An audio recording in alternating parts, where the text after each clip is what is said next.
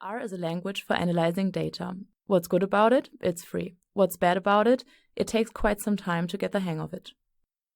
This is why we developed the volkeR package. With this package, you can analyze data with just a few lines of code. In this tutorial, I will show you the basics of this package. We will create a volkeR report, analyze categorical variables, and then move on to metric variables. After this, you know the basics and can create a report on your own. I start in an RStudio environment, which I already set up beforehand. First, I already set up a project. You see that there is a project name at the top right. If that's not the case, you should always create a project before you continue. This helps to keep the data organized. Then you will see your reports in the Files pane, where you can also import datasets. I also installed the volkeR package. That's why I can find it here in the package list. If you can't find it, you need to install the package first with the Install button. Now we create our first volkeR report. We go to the File menu, select New File and create our Markdown document.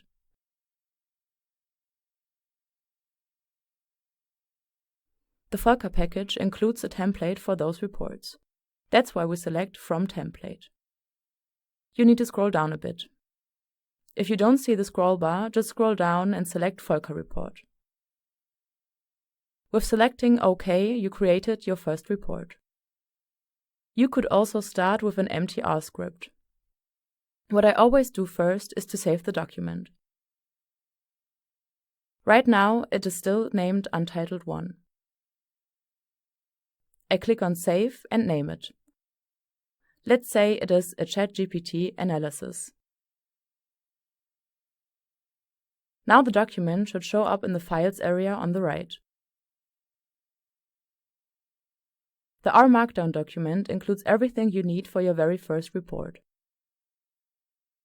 That's why we give it a try and click on Knit. Knit executes the functions in the R Markdown document and creates a file in which you can see the results of our data analysis. Here you can see a plot. You can also switch to a table and inspect the values behind it. Now I return to the script window to guide you through the different sections of the script. In the upper part, some base settings for the report are located. For example, you can specify the title here.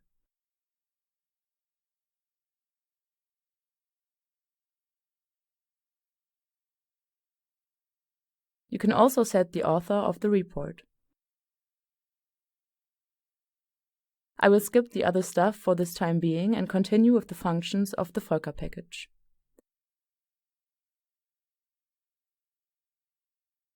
The package is loaded in the second section. While developing a report, we execute the rows one by one. To do so, I click the row and open the Run menu. I recommend you to learn the first keyboard combination here by heart, Command-Enter on Mac computers. With this shortcut, you can execute single functions, and in this tutorial we will continue to do it like this. My cursor is right here in the line and flashes. I press Command-Enter and the package is loading. You will see it here in the console. The next function is for setting some plot colors. I also execute the function with Command-Enter. The dataset is loaded in the next section. Everything that starts with a hash, so the green text here, is a comment. We are not executing those lines. I go to the next function, which loads an example dataset. The dataset should appear right here in your working environment and is named DS. All our data is now stored in this object. To see all the variables, you can unfold it. I scroll down a bit. Scrolling down a little shows us variables such as SDH and SDGender. You can also click the DS object itself to see the data. To the very right, you find the columns SDH and SDGender. SDH is the age of the survey participants and SDGender their gender. Now we have our data and are able to analyze it. To do so, I create a new code chunk by clicking the green button and selecting R. A new gray section will open. The great thing about the volkeR package is that you only need 2 functions. Let's look at the help page of the package. In the first example, you can see the names of the 2 functions, reportCounts and reportMetrics. But which function is the correct one? Well, it depends which variable we want to analyze. Let's take a look at the sample first. I note what I do next by giving the section a headline.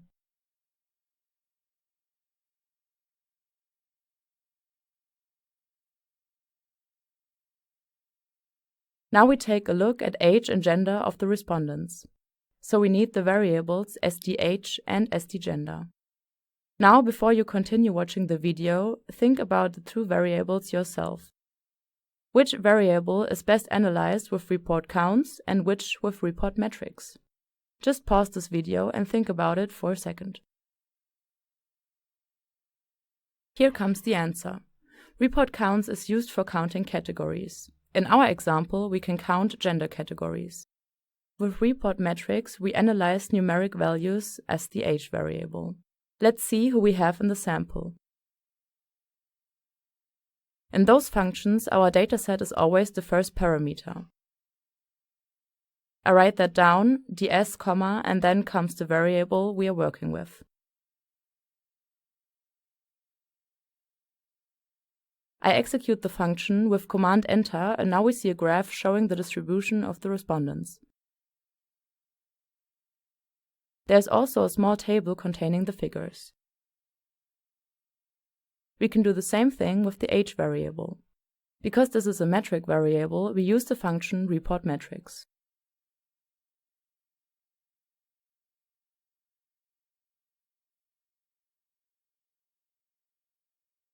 Now we see the age distribution with a black dot in the middle. The black dot is the mean value. You also find it in the table, in this case 39.7. The functions of the volkeR package include some other options that affect graphs and labels. In the following, I will show you some of the options and how you find out which options are available. When we execute reportCounts again, we see that 60% of the respondents are male. In my opinion, the numbers parameter is very useful for bar plots. Numbers can be set to n in quotes. In consequence, case numbers will be printed on the bars. Now we see that not only 60% of the respondents are male, there are exactly 60 male respondents. The whole dataset, as you see above, includes 101 cases.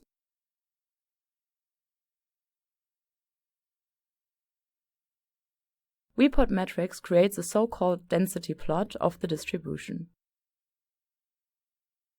Another option to show distributions are box plots. We craft them by using the parameter box and setting it to true.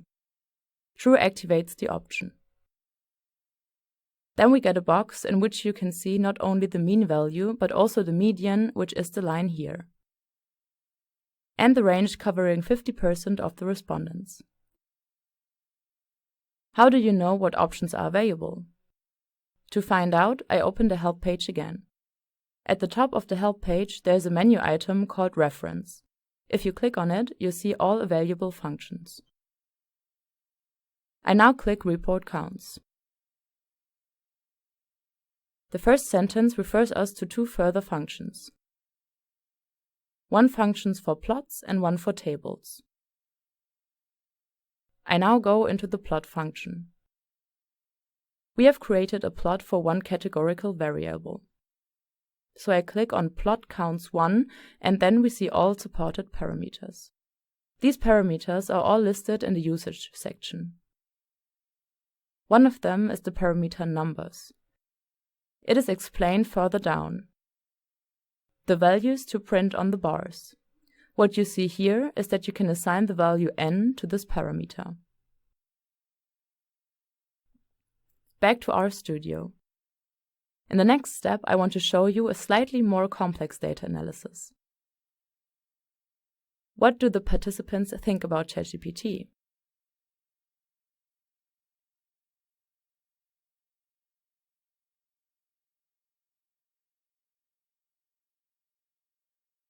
I insert a new chunk and start with the function report metrics. Why? In this step, I want to look at items that were all answered on a scale of 1 to 5. These questions explore how people perceive data protection and what other expectations they have of ChatGPT. You could count the scale value or treat them metrically. There's a whole series of such items here. It goes all the way down here, and I want to evaluate all these items at once. I can enter a whole bunch of variables at once. The easiest way to do this is by using the function startsWith. This function tells R that I want to evaluate all variables that starts with CG adoption.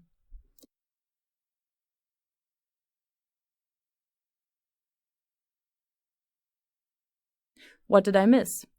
The first parameter must always be the dataset.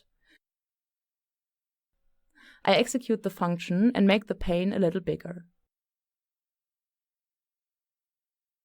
And then we see for each of these items, for example for the statement, ChatGPT has clear advantages compared to similar offerings, the mean value of the responses.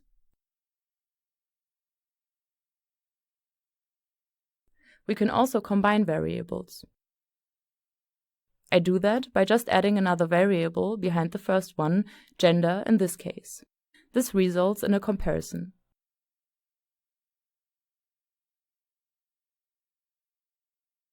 We now see all items compared between different gender groups. We see that men agree with some items more than women, and with other items women agree slightly more. Overall, however, the groups look very similar. One line deviates drastically from the others. One might think that there's a big difference to the other groups. However, this is misleading. What's going on here? This is the line for people who have indicated that they are gender diverse. In the tables earlier, we saw only one gender diverse person in our dataset. Well, it's not particularly wise to compare a single person with larger groups, such as those standing behind the other lines. The former are represented by a mean value, and this individual case is not a mean value. That's why I'm reworking the function call a little to remove this one person from the dataset. To do this, I use a function from tidyverse. I remove the dataset from the first parameter, including the comma, and place it in front. Now I connect my dataset to the command using a so-called pipe. The pipe is this symbol here, %greater than %. I just created it with Command-Shift-M. To make it easier to read, I wrap the line. That doesn't change anything. By running it again, I get exactly the same result. This is just another way of writing it down. But now I can add a filter. In the filter, I enter a variable that I want to evaluate. I can define what to keep with two equal signs.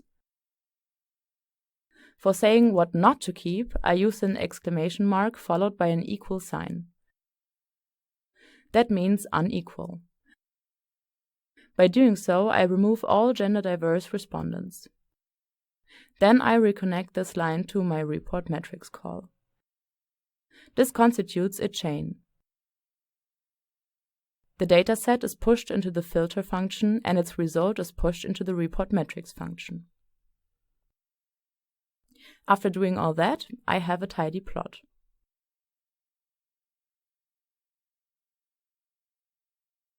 If we scroll down a little to what was already in the report, we see a text snippet that is quite similar to what just happened.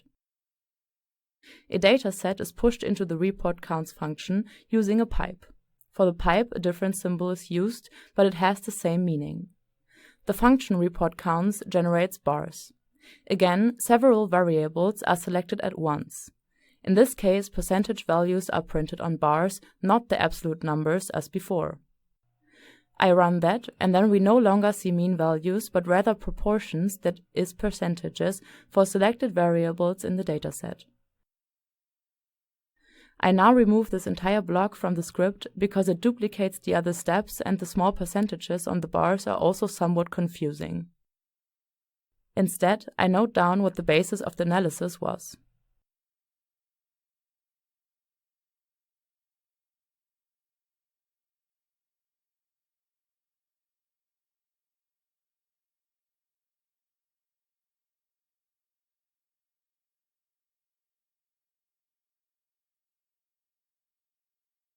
Once you are satisfied with the analysis and have included all necessary functions, you can knit the report.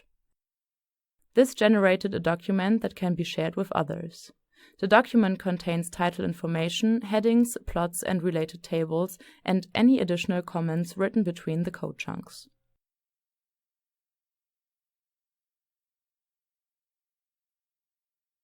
When we look into the Files section, we see not only the R Markdown document, but now also an HTML file. This is the finished report, which we can now share with others. So how does the volkeR package work? First, you need a project in RStudio and the package must be installed. Then you create an R Markdown report via the File menu and selecting the volkeR report template. It contains everything you need to get started. Two functions were particularly important, one for analyzing categorical variables and one for metric variables, report counts and report metrics. Both functions expect a dataset first, followed by the variables to be analyzed. We played around with a few more options.